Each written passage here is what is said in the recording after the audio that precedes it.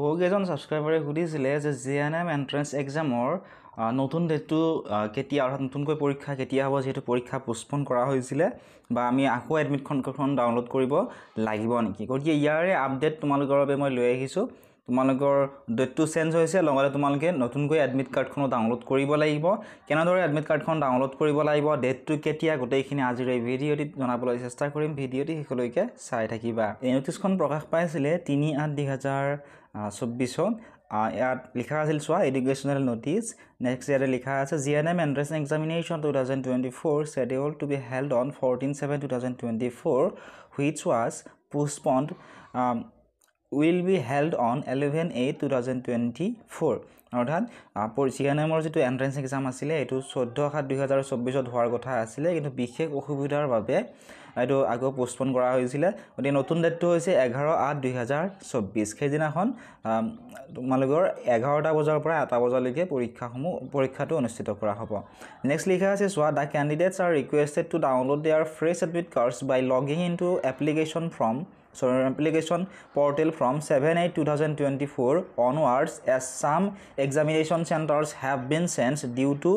unavoidable circumstances অৰ্থাৎ তোমালোকে যেটো আগতে নিশ্চয় এডমিট কাৰ্ড ডাউনলোড কৰিছিলা সেই এডমিট কাৰ্ডখন লৈ তোমালোকে পৰীক্ষা দিব নোৱাৰা নতুনকৈ তোমালোকে আকৌ এডমিট কাৰ্ডখন ডাউনলোড কৰিব লাগিব এডমিট কাৰ্ডখন তোমালোকে 7/8/2024 এৰ পৰা তোমালোকে ডাউনলোড কৰিব পাৰিবা অৰ্থাৎ আৰু 3 দিন পিছত তোমালোকে ডাউনলোড কৰিব পাৰিবা আৰু তোমালোকৰ যে এক্সামৰ চেণ্টাৰসমূহ আছিল আৰু কিছু খালখলনি কৰা হৈছে গতিকে ভালদৰে তোমালোকে চাবা এতিয়া মই তোমালোক কেনেদৰে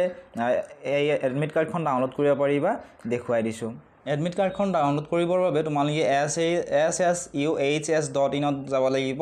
এই লিংকটো যদি তোমালোকে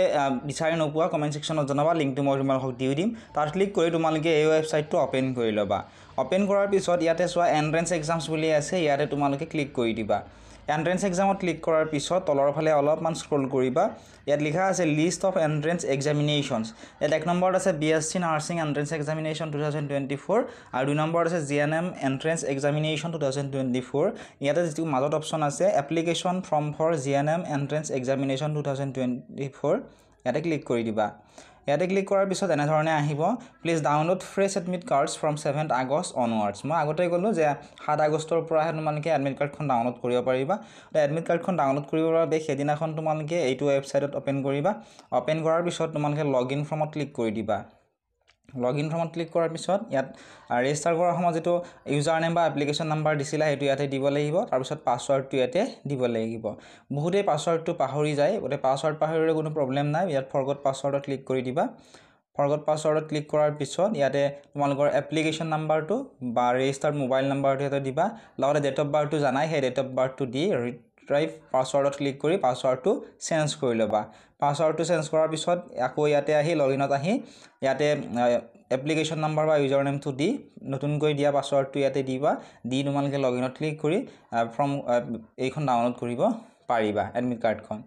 আৰু 7 আগষ্টৰ দিনা মই ভিডিও আপলোড কৰি দেখুৱাই দিম যে কেনেদৰে ডাউনলোড কৰিব লাগে